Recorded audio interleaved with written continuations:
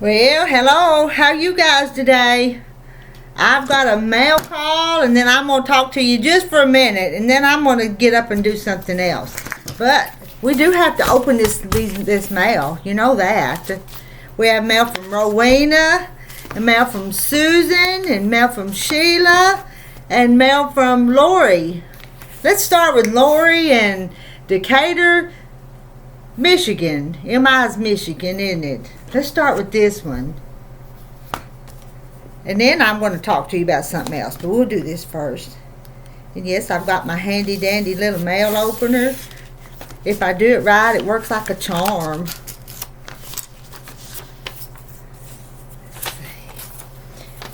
see. Dear Rita.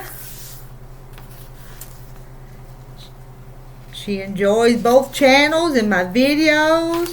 And we got dumplings. We have Mom's 3-minute dumplings. And I know I stop and kind of glance over them.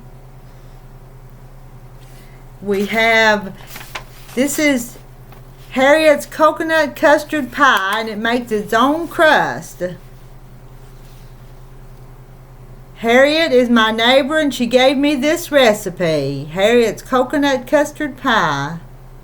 Well, that'd be easy. Since it makes its own pie crust, that'd be easy. Blend in a blender and pour it into a well-greased and floured pie pan. We need to try that. 2 cups of whole milk, 4 large eggs, 1/3 cup melted butter, 1/2 cup of flour, 3/4 cup of sugar, 1 cup of unsweetened coconut, and 1½ teaspoons of vanilla extract. Blend it together and pour into a 10-inch pie pan. Bake for 350 for 50 minutes until the center is just set. Now that's easy. I like easy recipes. Now, thank you, Lori in Decatur, Michigan, for those. Let's keep it going. Don't want this to be a long video, and I want to talk about a couple other things today too. It's Rowena, Fort Wayne, Indiana. I just love that. That works so good. Rowena's chuck wagon beans. My husband loves beans. Hamburger meat and red beans, lima beans. That's good. Three corn casserole. Whole kernel, cream, and corn muffin mix. That sounds good too. And crunchy tossed salad. And snickerdoodle cake. Oh, I've got to look at snickerdoodle cake. Never heard of that one. And a cinnamon buttercream icing. Oh man. Can you see that? Snickerdoodle cake? If you can see it or not. I've got to try that one. Because I love the little simple snickerdoodle cookies. And my sister makes chocolate snickerdoodle cookies. And then I made pumpkin snickerdoodles. That's those two. And Sheila Gage. See what Sheila sent here.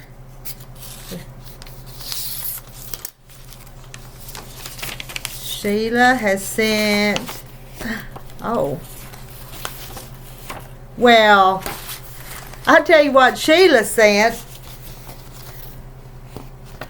Sheila has sent me how to oil my featherweight. Now,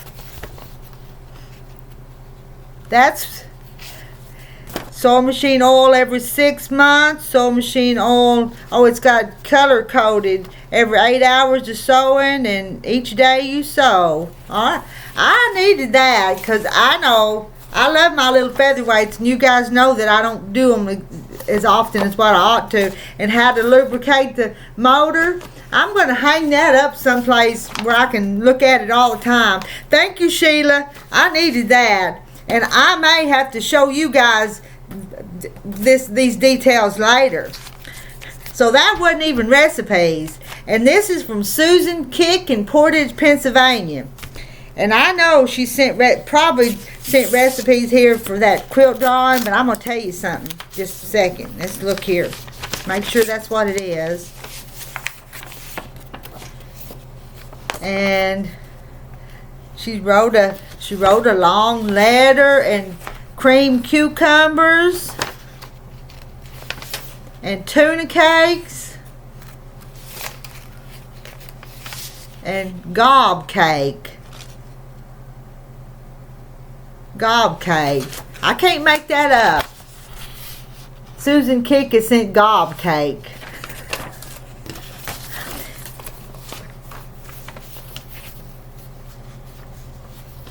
All right, I'm gonna read all this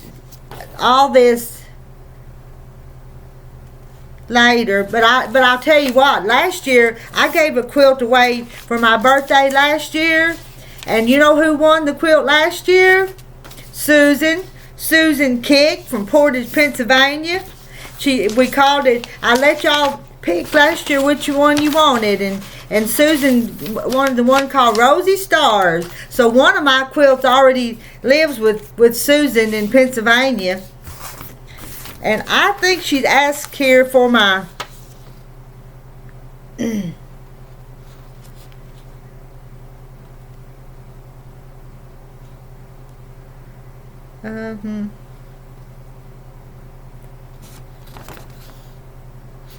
and she wants a pattern for the chicken quilt and the chickens with the bonnets. I can do that, Susan.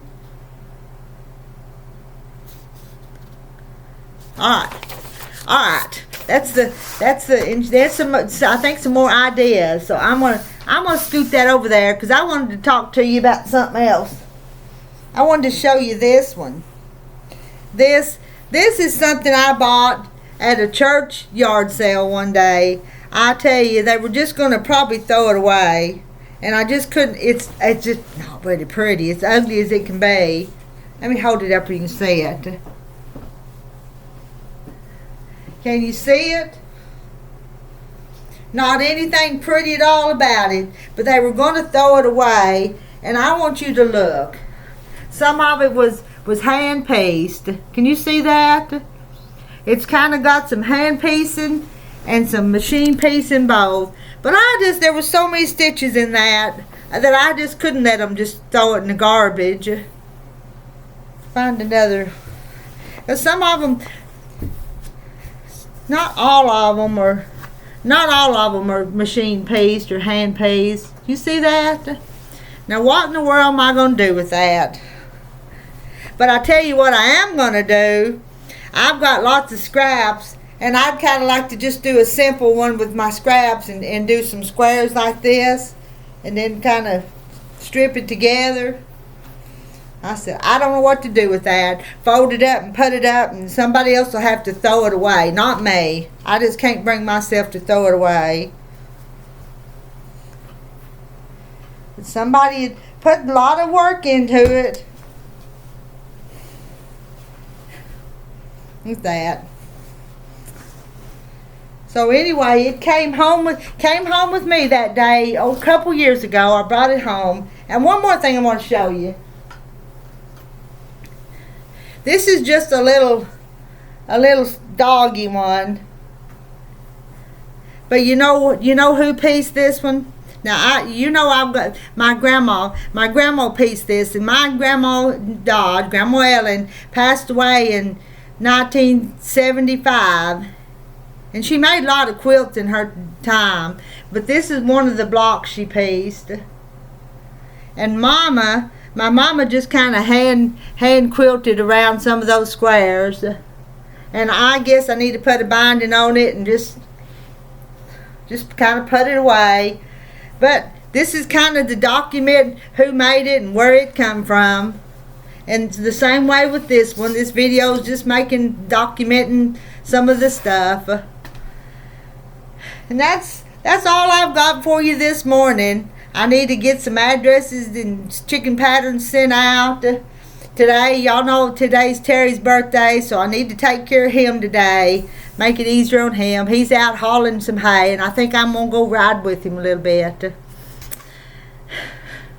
That's all for me. And and I put that Christmas quilt on the quilt machine, but I don't have a lot of supplies, and I don't have any red quilting thread, so I've ordered myself red quilting thread because I want to quilt it in red. And so after my red thread gets here, which will be 2 or 3 days, and then I think that then I will quilt it. So it's just going to have to sit there on the machine until I get to it. That's all. I'll talk to y'all later. Y'all have a blessed Saturday.